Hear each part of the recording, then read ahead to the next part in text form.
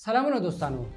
یو شی به فکر وکړئ سبا سهار له خوبه پاڅېږئ، غواړئ د یو پوهنتون باره کې معلومات ترلاسه کړئ خو ګوګل نه. غواړئ د ګوګل میپ په مرسته لاره پیدا کړئ خو ګوګل میپ نشته. غواړئ خپل ایمیلونه چک کړئ خو جیمیل نشته او حتی یوټیوب هم کار نه کوي. تاسې فکر نه کوئ چې په یو څو دقیقو کې به د نړۍ میلیارډونه خلک له یوې سترې دروازې څخه محرومه شي. میلیونونه زده کوونکي به خپلې سرچینې له لاسه ورکړي او میلیونونه کاروبارونه به ودرېږي. خو اوس پوښتنه دا ده چې ګوګل له کومه پیل شو؟ آیا ګوګل له لومړۍ ورځې دومره لوی شرکت و؟ نه. راځئ نن د ګوګل هغه کیسه وورو شاید ډېری خلکو نه وي اورېدلې. نن ورځ موږ د هرې پوښتنې ځواب په څو ثانیو کې پیدا کوو. نږدې 30 کاله مخکې داسې نه و. هغه وخت انټرنیټ موجود و خو ګډ وډ و. زرګونه ویبپاڼې موجودې وي، هره ورځ نوې ویبپاڼې جوړېدلې خو هېڅوک نه پوهېدل چې کومه ویبپاڼه تر ټولو غوره ده. مثال په تور که تا غوښتل د کمپیوټر په اړه معلومات ترلاسه کړې نو باید لسګونه ویبپاڼې دې کتلی وی، شاید ساعتونه وخت یې ضایع کړی وی او شاید ځینې وخت دې مناسب ځواب هم نه وی ترلاسه کړی. همدغه ستونزه وه چې د ګوګل بنسټ یې کېښود. په کال 1995 کې د امریکا په یو مشهور پوهنتون سټینفورډ یونیورسټي کې دوه ځوان محصلین لیری پیج او سرګي برین سره اشنا شول. دې دواړو یوازې درس نه وایه بلکې تل یې د ستونزو حل لټاوه. دې دواړو یوه پوښتنه لرله، ولې په ګوګل باندې معلومات دومره ګډ وډ دي؟ ولې داسې یو سیستم وجود نه لري چې تر ټولو مهم معلومات لومړی ښکاره کړي؟ همدغه پوښتنه وه چې د ګوګل د یو لوی سرچ انجن جوړېدلو بنسټ یې کېښود. راځئ د یو مثال په توګه ځان پوه کوو. مثال تاسې یو مقاله لیکئ او ستاسې مقاله 1000 کسان وزټ کوي نو شاید ستاسې مقاله مهمه وي او که هېڅوک ستاسې مقالې یادونه نه کوي نو ښایي دومره مهمه نه وي. نو همدغه فکر لیری پیج هم وکړ. هغې وویل که یوه ویبپاڼه د نورو ویبپاڼو لخوا لینک شوې وي نو ښایي مهمه وي. نو ویبپاڼې به خپله د یو بل اعتبار ټاکي. بیا وروسته همدغه مفکوره د پیج رینک الګوریتم په نوم مشهوره شوه. دا یوازې یو مفکوره نه وه بلکې د انټرنیټ د فکر کولو طریقه یې بدله کړه.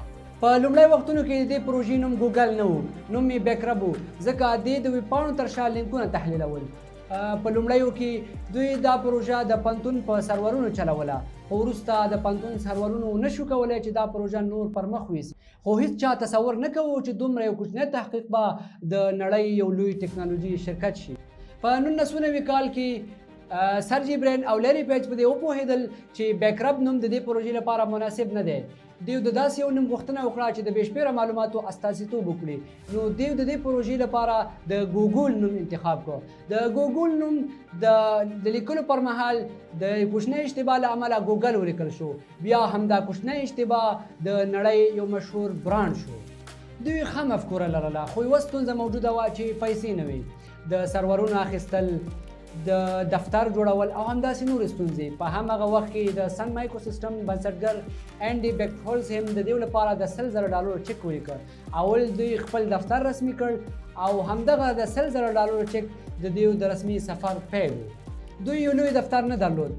دوی د یو ملګري سوسنویجسکي څخه یو ګراج په کرایه واخیست. بیا همدغه ګراج د لویو شرکتونو د زیږېدو ځای شو. په هغه وخت کې نور سرچ انجنې هم موجودې وي خو هغه سرچ انجنې د اعلاناتو، خبرونو او لینکونو څخه ډکې وي. خو ګوګل یوازینی سرچ انجن و چې سپین مخ یې درلود، یوه لوګو او یو کوچنی خانه یې د لټون لپاره لرله. همدغه سادګي د خلکو خوښه شوه او نتیجې هم دقیقې وي. نو د دې څخه وروسته ګوګل د خلکو لپاره لومړی انتخاب وګرځېد. نور هره ورځ میلیونونه خلکو د ګوګل کارول پیل کړل او دا میلیونونه بیا په لسګونو میلیونونو واوښتل او بیا په میلیارډونو. نور ګوګل یوازې سرچ انجن نه دی پاتې بلکې د انټرنیټ لپاره یو اصلي دروازه ګرځېدلې ده. خو ګوګل دلته ونه درېد. ګوګل له ځانه څخه پوښتنه وکړه که خلک په موږ دومره باور کوي ولې یوازې سرچ انجن وړاندې کړو. همدغه پوښتنه وه چې د ګوګل ټرانسلیټ، د ګوګل میپ، د ګوګل ارث، د انډرایډ او په 2006 کال کې یوټیوب هم واخیست. نور ورو ورو ګوګل د خلکو د ورځني ژوند یوه نه بېلېدونکې برخه وګرځېدله. نن ورځ په ګوګل کې میلیارډونه خلک لټونونه ترسره کوي او د هغې د ګټو څخه ځان برخمن کوي. خو د ګوګل کیسه د میلیارډونو ډالرو څخه نه ده پیل شوې. د ګوګل کیسه د پوهنتون د دوه محصلینو د یو ساده مفکورې څخه پیل شوې ده. نو دا د بریا اصلي راز دی. تل لوی بدلونونه د کوچنیو مفکورو څخه پیلېږي. دا و د ګوګل کیسه. نو که ویډیو مو خوښه شوې وي حتما یې درسره لایک کړئ، د ملګرو سره شریکه کړئ او که کوم کمنټ لرئ لاندې موږ سره شریک کړئ.